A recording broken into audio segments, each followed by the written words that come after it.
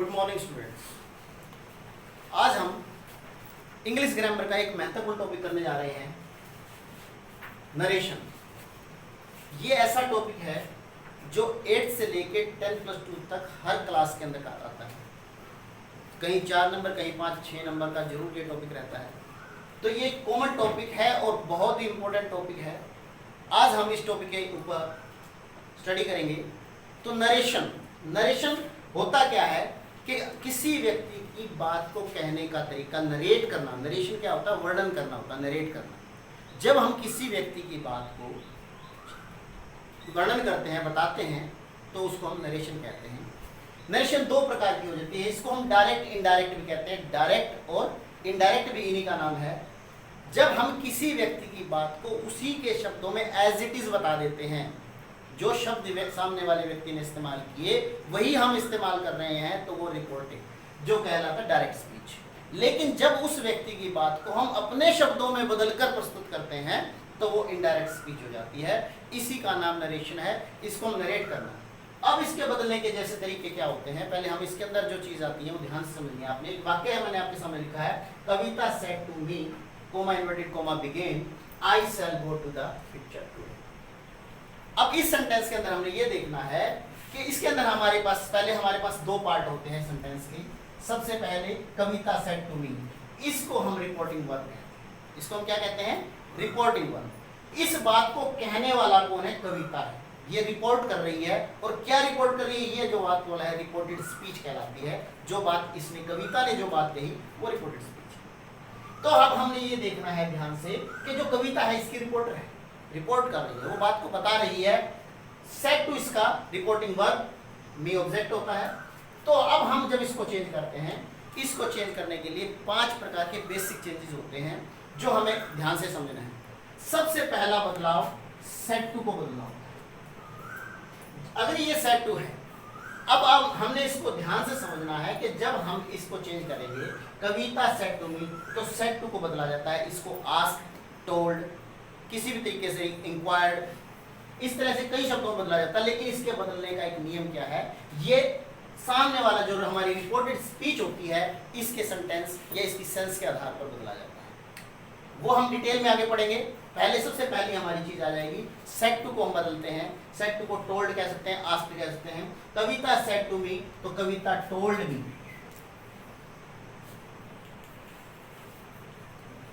Told me, पहला change हो गया।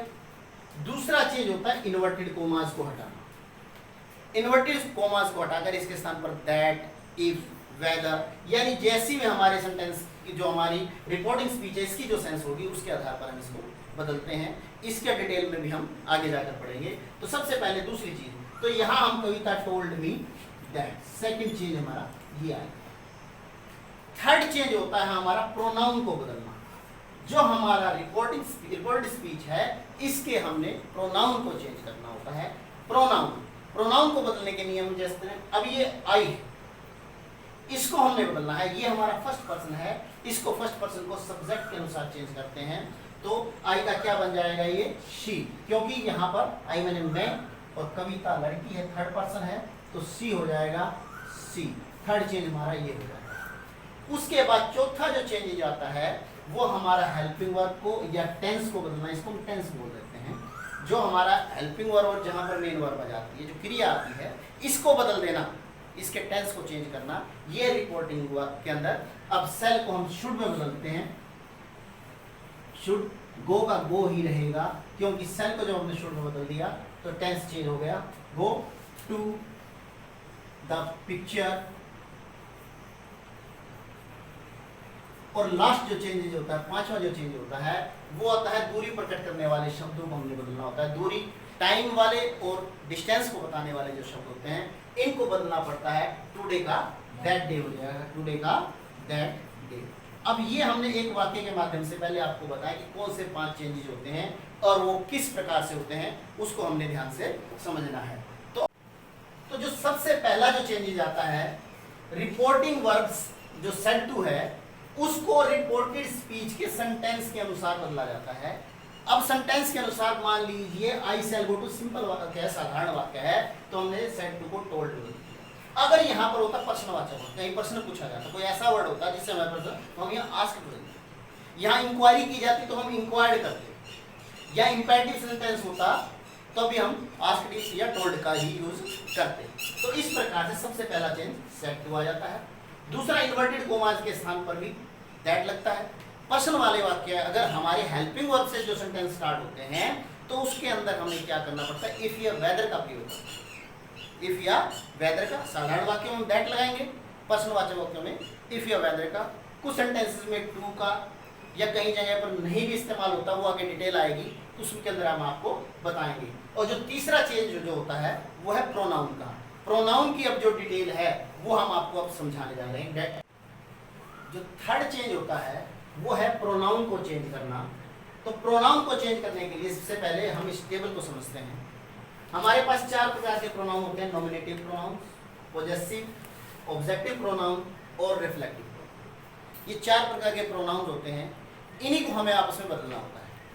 अब जो पहला फर्स्ट पर्सन है आई, माई, मी और माई सेल्फ, ये फर्स्ट पर्सन। इसी प्रकार से अगर फर्स्ट पर्सन का हम प्लूरल में देखें, यू, आवर, अस और आवर सेल्फ, ये बहुवचन में है। ये फर्स्ट पर्सन, ये फर्स्ट पर्सन के बहुवचन में, वी, आवर, अस और आवर सेल्फ। इस प्रकार से ये हो गया। फिर इसी प्रकार से सेकंड पर्सन देखें हम, you, your, you and yours, you, your, you, क्योंकि इसका नॉमिनेटिव प्रोनाउन भी यू होता है और ऑब्जेक्टिव भी यू ही होता है, यूर सेल्फ। और अगर बहुवचन में हो तो हम यूर सेल्फ का भी यूज कर सकते हैं। इसी प्रकार से थर्ड पर्सन में ही, हिज, हिम और हिमसेल्फ, और अगर स्त्रीलिंग है तो शी, हर और हरसेल्फ। और बहुवचन में है क्योंकि ही और शी दोनों का ही बहुवचन दे होता है, तो दे, देयर, देम और देमसेल्फ। ये हमारे प्रोनाउन होते हैं जिनको हमें बदलना होता है। इनके बदलने का एक नियम मान लीजिए, ध्यान से समझने की बात है। ये चीज आप याद रखना, अगर हम एक कॉलम को एक परिवार मान लें, एक कॉलम को एक ही फैमिली का मान के चलें, तो बदलते समय आपको एक चीज का नियम का ध्यान में रखना है कि एक कॉलम के जो प्रोनाउन होंगे वही आपस में एक दूसरे से इंटरचेंज होंगे। ये वाले इनमें चेंज नहीं होंगे, ये वाले इनमें चेंज नहीं होंगे। अगर ये बदलेंगे तो आपस में एक दूसरे के साथ बदलेंगे, ये एक परिवार, ये एक परिवार और चौथा।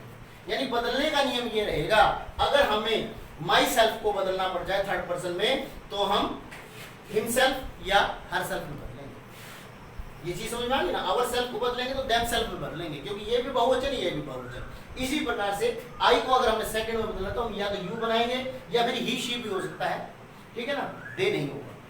लेकिन वी को बदलेंगे, वी को हम इसमें बदल सकते हैं, थर्ड पर्सन बनाने आए तो दे में बदल जाए। समझ में आ गया ना, क्योंकि यू भी। तो इस प्रकार से आपको सबसे पहली चीज ये ध्यान में रखनी है, प्रोनाउन चेंज करते समय आपको ये मान के चलना, हमने आपको ये 4 डिपार्टमेंट इसके अलग अलग बना दिए हैं, चारों एक अलग अलग परिवार है। एक टाइप के जो सेंटेंस हैं, एक कॉलम के अंदर जो सेंटेंस जो वर्ड हैं वही एक दूसरे के साथ प्रोनाउन चेंज होंगे, अदरवाइज चेंज दूसरे के साथ वो नहीं होंगे। अब इनके बदलने का नियम क्या है? इनके बदलने का नियम, एक फार्मूला आता है जिसको हम सन बटा 123 कहते हैं। ये हमारा सब्जेक्ट, ये ऑब्जेक्ट और ये नाउन चेंज। इसका मीनिंग क्या है, ये मैंने लिखा क्या है, इसका क्या समझना चाह रहे हैं आप? जिस प्रकार से अब बदलने के लिए हमने क्या ध्यान में रखना है, अब हमारे पास कोई भी सेंटेंस है, पहले हम एक सेंटेंस लिख लेते हैं, said to me I am in 8th class. Simple सा वाक्य है कि उसने मुझसे कहा कि मैं 8वीं कक्षा में हूं। अब इसको बदलने का नियम समझे आप क्या, हमें ये ध्यान में रखना है, ये हमारा रिपोर्टिंग वर्ब और ये रिपोर्टेड स्पीच, हमें इनको बदलना है प्रोनाउन को। रिपोर्टिंग स्पीच के प्रोनाउन को चेंज करना है। चेंज करने का नियम क्या है कि जब हम इनको चेंज करेंगे तो हमें रिपोर्टिंग वर्ब के प्रोनाउन के हिसाब से चेंज करना है। वो कैसे करना है, हमें ये देखना है कि अगर हमारा ये फर्स्ट पर्सन है तो हमें रिपोर्टिंग वर्ब के सब्जेक्ट के अनुसार बदलना होगा। अगर हमारा यहाँ पर सेकंड पर्सन होता तो रिपोर्टिंग वर्ब के ऑब्जेक्ट के अनुसार बदलते। अगर यहाँ पर थर्ड पर्सन होता तो ये नो चेंज होता, ये नहीं बदलता। एग्जाम्पल देखिए, अब आप समझिए इसको कैसे समझना है कि आई am in 8th class, I am in 8th class, मैं 8वीं कक्षा में। अब इसको देखिए तो सी टोल्ड, वही सेड टू साधारण वाक्य है, सेड को हम टोल्ड बदलेंगे, सी टोल्ड मी, फिर इन्वर्टेड कोमास हटाएंगे दैट। अब हमें बदलना है प्रोनाउन, हमने इसको सीखा। प्रोनाउन क्या है, कौन सा पर्सन है ये? First person. पहले तो आपको पर्सन अच्छी तरह से ध्यान हो, ना हो तो फिर भी बता देता हूँ। First person I, my, me, we, our, us, ये फर्स्ट पर्सन होते हैं। मैंने अभी आपको लिख के बताया। You, your, you second person, he, she, it, they, and, name ये थर्ड पर्सन होते हैं। ध्यान रहेगा, दुनिया में हर व्यक्ति अपने आप को पहला मानता है, यानी मैं और मेरे से संबंधित फर्स्ट, जिनसे मैं बात कर रहा हूँ मेरे सामने बैठे हैं वो सेकंड, और थर्ड को जो दूसरा बाहर है जो हमारे पास नहीं है वो थर्ड पर्सन है। ये चीज भी समझ याद रखने का आसान तरीका रह जाएगी याद। तो अभी ये फर्स्ट पर्सन है, आई है first person. First person corresponding verb के सब्जेक्ट के अनुसार अगर हम सब्जेक्ट में देखें तो यहाँ पर कौन सा पर्सन है? ये कौन सा पर्सन हो गया? Third person. ये थर्ड हो गया। तो इसको हम किस में बदलेंगे? सी टोल्ड मी दैट, आई को सी के मुताबिक सी हो जाएगा सी। अब ये चौथा चेंज जो हमारा टेंस का आता है इजमार को हम वाज वर्ब में बदल लेते हैं। इसका पूरा नियम आपको अगले उसमें आएगा। She was in 8th class. तो ये सिंपल सा वाक्य आपका इस प्रकार से चेंज हो जाएगा। ये आपका प्रोनाउन का नियम है। तो हम कुछ एग्जाम्पल ले लेते हैं प्रोनाउन को चेंज करने से रिलेटेड, और एग्जाम्पल लेके देखते हैं। अब एक वाक्य है जैसे he says to her you have done your homework. तो ही सेज को टू को किस में बदलेंगे? हम टेल्स में बदलेंगे। यहाँ आपको पहले वाक्यों में हमने ये किया था कि हमारे पास सारे वाक्य हमने सेड वाले किए थे। जब यहाँ पर हमारे पास सेकंड फॉर्म हो तो सेकंड ही रहती है, और फर्स्ट हो तो फर्स्ट ही रहती है। ये ध्यान में रखना है। अगर हमारा पास्ट टेंस है, रिपोर्टिंग वर्ब का पास्ट टेंस है, तो वो पास्ट ही रहता है, और प्रेजेंट है तो प्रेजेंट रहता है, फ्यूचर है तो फ्यूचर रहता है। वो चेंज नहीं होता, केवल शब्द चेंज होते हैं। सेज टू को हम टेल में बदल देते हैं, ही टेल्स हर दैट। अब हमारा प्रोनाउन आता है यू। यू कौन सा पर्सन हो गया? हमारा सेकंड पर्सन है। सेकंड पर्सन को किसके हिसाब से बदलेंगे? ऑब्जेक्ट के अनुसार, और ऑब्जेक्ट में हमारे पास थर्ड पर्सन है तो हम यानी सेकंड को थर्ड में चेंज कर देंगे। तो ही टेल्स हर दैट सी। अब सी के साथ क्योंकि सिंगुलर नाउन थर्ड पर्सन है तो हैज लगेगा, हैव नहीं लगता। सी हैज डन योर। अब ये कौन सा है? सेकंड पर्सन है। सेकंड पर्सन को फिर हम थर्ड के अनुसार तो क्या हो जाएगा? हर। सी हैज डन हर होमवर्क। एक और एग्जांपल देख लेते हैं कि everybody says they have spoken the truth. अब ये हमारा तीसरे प्रकार का एग्जांपल आ गया कि जहां पर थर्ड पर्सन का नियम हमने पढ़ा था कि नो चेंज होता है, वो नहीं बदलता। तो इसमें हमें ज्यादा चेंज करने की कोई आवश्यकता नहीं। एवरीबॉडी सेज दैट, क्योंकि यहाँ पर टू नहीं लगा हुआ था, हमें टेल भी करने की आवश्यकता नहीं है। तो everybody says that they have spoken the truth. और इस प्रकार से ये हमारे प्रोनाउन का नियम पूरा हो जाता है। उम्मीद है कि आपको यहाँ तक समझ में आ गया होगा। तो आज के एक्सरसाइज में हमने 3 प्रकार के चेंजेस को अच्छी तरीके से सीख लिया है। अब इससे रिलेटेड एक्सरसाइज आपको दे रहा हूँ। ये 10 सेंटेंस हैं जो आपको सॉल्व करने हैं, और सॉल्व करके इसको व्हाट्सएप पर भेजोगे काम को। जो बच्चे काम को रूटीन से करेंगे उन्हीं को आगे वीडियोस दी जाएंगी, अन्यथा वीडियो भी नहीं भेजी जाएंगी, ध्यान रखें। तो इसलिए आपको होमवर्क को सिंसियरली और रूटीन से करना है। जो काम दिया जाता है वो आपने हर रोज करना है।